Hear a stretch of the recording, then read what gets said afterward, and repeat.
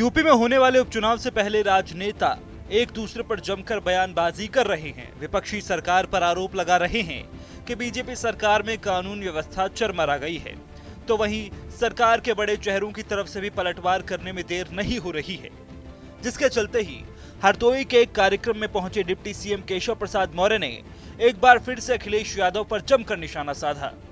अखिलेश यादव पर जोरदार हमला बोलते हुए उन्होंने तमाम तरह के माफिया का उन्हें सरगना बता दिया।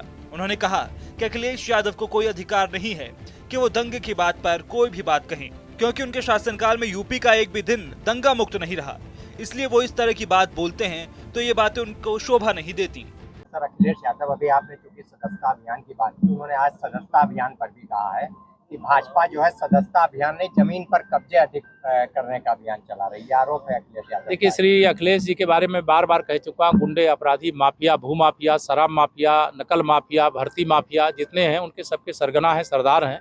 और वो भारतीय जनता पार्टी के बारे में जब कुछ बोलते हैं तो लगता है उनको अपना इतिहास, अपना शासनकाल याद उन्हें नहीं आता है, अपने दल का आचरण याद नहीं आता है। जहां अपराध होता है, अपराधी पकड़े जाते हैं तो उसके पीछे कहीं ना कहीं समाजवादी पार्टी के किसी नेता का हाथ होता है। इस दौरान उन्होंने भतीजे के साथ साथ चाचा रामगोपाल यादव को भी आड़े हाथों लिया। उन्होंने कहा कि 14 में उनका दावा था मगर सपा सफल नहीं हुई, 17 में जो दावा किया सत्ता में विफल हो गए, 19 में सपा बसपा गठबंधन भी फेल हो गया, 22 में 400 सीटें लाने का दावा था मगर चारों खाने चित हो गए, 24 में उन लोगों ने जनता को गुमराह किया। न संविधान को खतरा, न आरक्षण को खतरा, न गरीबों को कोई खतरा और न ही पिछड़े और दलितों को कोई खतरा। सबका सम्मान, सबको अधिकार मिल रहा है। गोपाल यादव का एक बयान है, उन्होंने कहा है कि समाजवादी पार्टी उपचुनाव में एक तरफा जीतेगी। पिछली बार भी भारतीय जनता पार्टी ने 80 में 80 का दावा किया था, नतीजा सबके सामने आया। ये तो दावा वो 2014 से उनके दावे देखिए, 14 में जो दावा किए सपा सफल नहीं हुई, 17 में जो दावा किया सत्ता में थे विफल हो गए, 19 में सपा बसपा गठबंधन किए फेल हो गए, 22 में कहे कि 400 सीटें जीतेंगे, चारों खाने चित हो गए, 24 में उन लोगों ने जनता को गुमराह किया।